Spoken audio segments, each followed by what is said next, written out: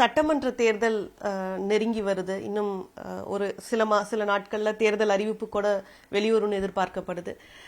தேர்தலுக்கு எவ்வளவு தீவிரமா மனிதநேய மக்கள் கட்சி தயாராகிட்டு இருக்கு? என்னென்ன பணிகள் தற்போது போயிட்டு இருக்கு?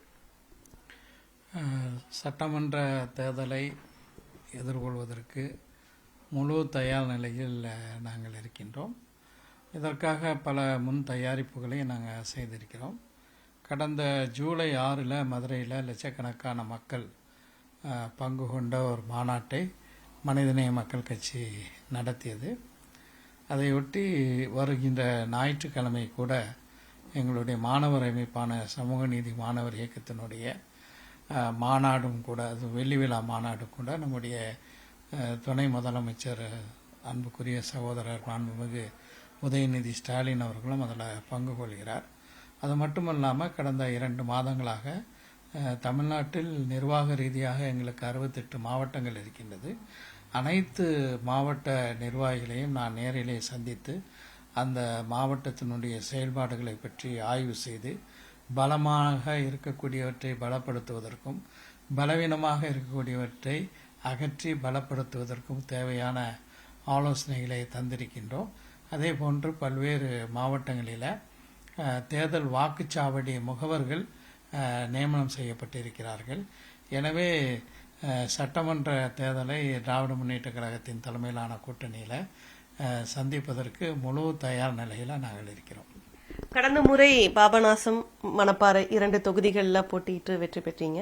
மனிதநேய மக்கள் கட்சி வெற்றி பெற்று இந்த முறை திமுக தலைமையிடம் கூட்டணியில எத்தனை தொகுதிகளை கேட்டு பெற இருக்கீங்க? அதற்கான விருப்ப பட்டியல் தயாரிப்பு இந்த மாதிரியான பணிகள் எல்லாம் தொடங்கிவிட்டதா? அதாவது முஸ்லீம்களுடைய சட்டமன்றம் நாடாளுமன்றத்தில் பிரதிநிதித்துவம் மிகவும் குறைந்து வருகிறது.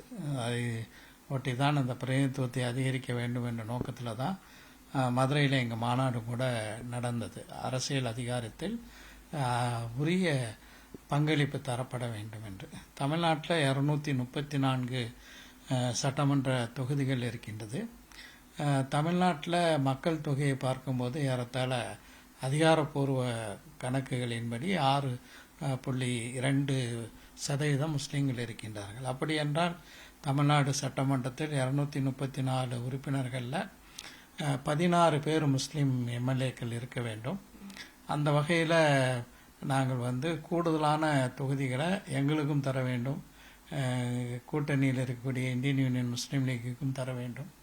அதே போன்று திராவிட முன்னேற்ற கழகமும் தோழமை கட்சிகளும் அவர்கள் கட்சியில் உள்ள முஸ்லீம் பிரமுகர்களுக்கு வாய்ப்பு கொடுக்க வேண்டும் என்பதை நிச்சயமாக வலியுறுத்துவோம். கூடுதலான தொகுதிகளை கேட்போம். எத்தனை தொகுதிகள் கேட்க திட்டமிட்டிருக்கீங்க? தொகுதி பங்கீட்டு குழு விரைவில் அமைக்க இருக்கு திமுக.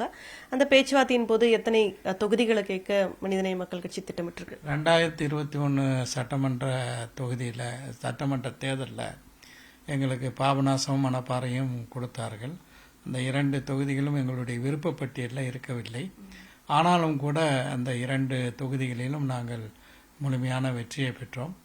இந்த முறை நிச்சயமாக அதைவிட கூடுதலாக குறைந்தது ஒரு 5 தொகுதிகளாவது மனிதநேய மக்கள் கட்சிக்கு தர வேண்டும் என்ற ஒரு கோரிக்கையை வலியுறுத்துவோம். காரணம், தமிழ்நாடு முழுவதும் எங்களுடைய கட்சி இருக்கின்றது. சிறுபான்மை மக்கள் மட்டுமன்றி சிறுபான்மை மக்களை தாண்டி ஒடுக்கப்பட்ட, வஞ்சிக்கப்பட்ட, உரிமைகள் மறுக்கப்பட்ட அனைத்து சமூகங்களுடைய குரல்களை சட்டமன்றத்திலும் நாங்கள் பிரதிபலித்து வருகிறோம். அதே போல சட்டமன்றத்துக்கு வெளியிலேயும் அவர்களுக்காக போராடி வருகிறோம்.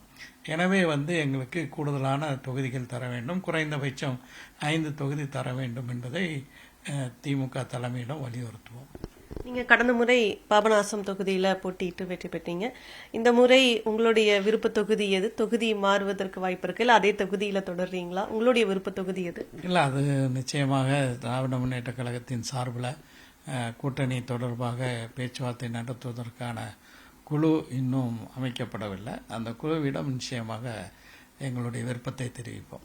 அதே போல இந்த முறை எந்த சின்னத்துல நீங்க போட்டியிட இருக்கீங்க? கடந்த முறை உதயசூரியன்ல போட்டிட்டீங்க. இந்த முறை தனி சின்னமா அல்லது மீண்டும் உதயசூரியன் சின்னத்திலேயே போட்டியிடுறீங்களா? இது தொடர்பான ஒரு வழக்கு சென்னை உயர்நீதிமன்றத்தில் நடந்து விவாதங்கள் எல்லாம் முடிவடைந்திருக்கின்றது. அந்த வழக்கில் வரக்கூடிய தீர்ப்பின் அடிப்படையில் எங்கள் முடிவு இருக்கும். வெற்றி பெறுவதற்கான என்ன வாய்ப்போ அத்தகைய ஒரு விருப்பத்தை தான் நாங்கள் தேர்ந்தெடுப்போம். சட்டமன்ற தேர்தலில் எதை மையப்படுத்தி பிரதானமா பிரச்சாரம் வந்து எதை மையப்படுத்தி இருக்கும்?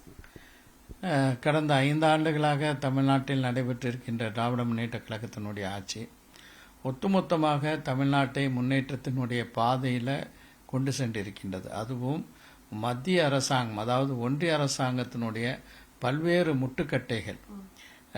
கல்வியில் நாம் சிறந்து விளங்குகிறோம். மேலும் சிறப்பாக விளங்குவதற்கு தேவையான நிதிகளை ஒதுக்காமல் ஒன்றிய அரசு வஞ்சித்து வருகிறது.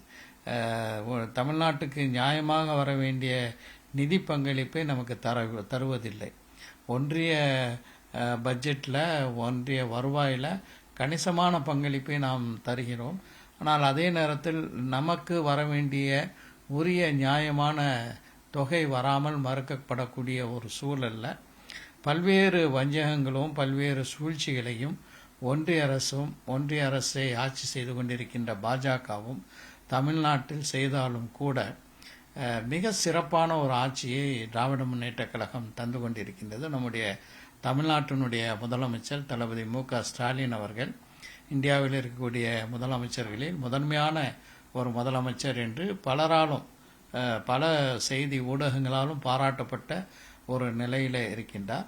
அவருடைய திராவிட முன்னேற்ற கழக அரசாங்கத்தினுடைய சாதனைகளை எல்லாம் நிச்சயமாக மக்கள் மத்தியில் எடுத்து சென்று தமிழர் நலனுக்கு விரோதமாக இருக்கக்கூடிய அதிமுக பாஜகவையும் அதே போன்று வேஷம் போட்டு வரக்கூடியவர்களையும் வெளிப்படுத்தக்கூடிய, அமலப்படுத்தக்கூடிய வகையில் எங்களுடைய பரப்புரை அமையும். இப்போ எதிர்க்கட்சி தலைவர் எடப்பாடி பழனிசாமியும் பார்த்தேன், இப்போ நிறைய அதிமுக அவர்களுக்கான தேர்தல் அறிக்கையில் வரக்கூடிய அறிவிப்புகள் நிறைய வெளியிட்டு வர்றாங்க. மாணவர்களுக்கான கல்வி கடன் ரத்து, அதே போல பெண்களுக்கு 2000 ரூபாய் உதவித்தொகை, இந்த மாதிரியா நிறைய புதிய அறிவிப்புகள் வந்தா செயல்படுத்துவோம்னு சொல்றாங்க. இது உங்களுக்கு ஏதாவது சவாலா இருக்கா, அந்த அறிவிப்புகள் எல்லாம் அப்படி பாக்குறீங்களா? நிச்சயமாக சவாலாக இருக்காது. என்ன காரணம் என்றால், தமிழ்நாட்டினுடைய உரிமைகள் பறிபோகக்கூடிய ஒரு நிலையில் அதை எதிர்த்து ஒரு வலுவான குரலை அதிமுக எழுப்பவில்லை என்பதுதான் யதார்த்தமான உண்மை. தமிழ்நாட்டுக்கு நியாயமாக வந்து சேரக்கூடிய நிதிகளை கூட அவங்க நியாயமாக தமிழ்நாட்டு மக்கள் மீது அக்கறை கொண்டவர்களாக இருந்தால் தமிழ்நாடு அரசாங்கத்தினுடைய கோரிக்கையை ஆதரித்து வலுவாக அவர்கள் வந்து செயல்பட்டிருக்க வேண்டும். தமிழ்நாட்டினுடைய நலன் அவர்களுக்கு முக்கியமானதாக ஒன்றாக இருந்தால் நிச்சயமாக அவர்கள் அதிமுகவுடன் கூட்டணி சேர்ந்திருக்க கூடாது. பாஜகவுடன் அவர்கள் கூட்டு சேர்ந்திருக்க கூடாது. பாஜகவுடன் அதிமுக கூட்டணி செய்தது அவர்கள் செய்திருக்கக்கூடிய, அதாவது செல்வி ஜெயலலிதா அம்மையார் அவர்களுக்கு மிகப்பெரிய ஒரு துரோகத்தை இழைத்திருக்கிறார்கள். ஏனென்றால் செல்வி ஜெயலலிதா அவர்கள் அதிமுகவுடைய பொதுச் செயலாளராக இருந்தபோது எங்களுடைய மாநாட்டில் பங்கு கொண்டு கடந்த காலத்தில் நான் பாஜகவோட தேர்தல் கூட்டணி வைத்தேன், அது தவறு, இனி ஒருபோதும் அதிமுக பாஜகவோட கூட்டணி சேராது என்று லட்சக்கணக்கான மக்கள் கூடியிருந்த சென்னை கடற்கரையில் 1999 நடைபெற்ற எங்களுடைய தமிழ்நாடு முஸ்லிம் முன்னேற்ற கழகத்தினுடைய மாநாட்டில் பகிரங்கமாக அவர் பேசினார். அதற்கு துரோகம் இழைக்கக்கூடிய வகையில தான் அதிமுக நடந்து கொண்டிருக்கிறது. அதிமுகவுடைய கூடாரம் காலியாகி வருகிறது. எடப்பாடி பழனிசாமி அவர்கள் ஒரு மாபெரும் தவறை செய்திருக்கிறார். இந்த தேர்தலில் புதிதா தாவேகா தமிழக வெற்றி கழகம் வந்து களம் காணுது.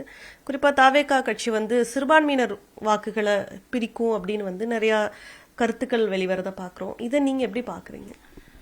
இல்ல, தாவேகாவை பொறுத்த வரைக்கும் இன்றைக்கு கூட, நேற்று கூட உயர்நீதிமன்றத்தில் ஒரு தீர்ப்பு வந்திருக்கின்றது.